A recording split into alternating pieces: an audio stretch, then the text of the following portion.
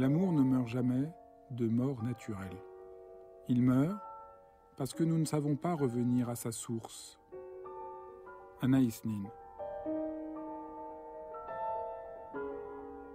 Il existerait, dit-on, une obsolescence programmée de l'amour en raison des habitudes et d'une forme d'usure.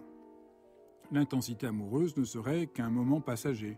Voilà à quoi il faudrait se résoudre. Pour Anaïs Nin, femme incandescente, amie aussi bien d'Artaud que d'Henry Miller, cette idée est complètement fausse. Pour le dire de manière toute simple, l'amour n'est pas une jouissance mutuelle et immédiate, et c'est à tort que nous l'avons identifié au plaisir. Du coup, nous avons fait du renoncement à l'amour un acte de lucidité et de sagesse, ce qui est proprement insensé. En réalité, cette vision de la sagesse, aujourd'hui encore dominante, repose sur la même illusion que le rêve de la midinette, croire que l'amour est une sorte de petite jouissance confortable. Mais c'est là une idée erronée. L'amour est une épreuve difficile, un travail qui engage toute notre existence. Et c'est ce travail qui rend profondément heureux.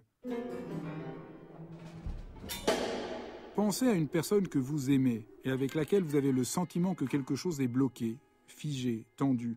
Ce peut être votre enfant, votre conjoint ou un de vos parents.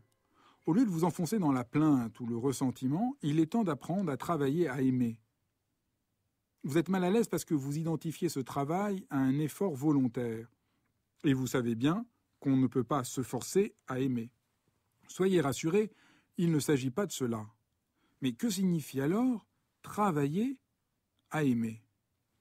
Ne pas cesser de se garder ouvert avec justesse. Une mère doit travailler à aimer son enfant.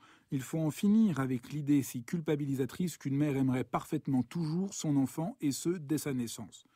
Il lui faut au contraire, comme le dit Anaïs Nin, apprendre à revenir à la source. Comment faire? C'est ici que l'image de la source est éclairante. La source n'est pas une eau figée, toujours stable, mais un jaillissement qui se donne sans rien nous demander, qui se donne sans chercher à savoir si nous sommes prêts ou non à l'accueillir. Elle n'est donc pas un fonds disponible comme un compte en banque que je pourrais gérer à volonté, elle réclame que je m'ouvre à elle. Il y a un art d'aimer. Cet art, on peut le découvrir en faisant quelques méditations pour apprendre à se laisser toucher. C'est difficile car on cherche tout le temps à ne pas l'être, à avoir le dessus, à garder le contrôle, à rester touché. Que ce soit parce qu'il vous irrite ou qu'il vous émeut, peu importe. Voilà. Ce qui compte, c'est de rencontrer votre propre tendresse. Car c'est là, et là seulement, que vous pouvez revenir à la source de votre amour.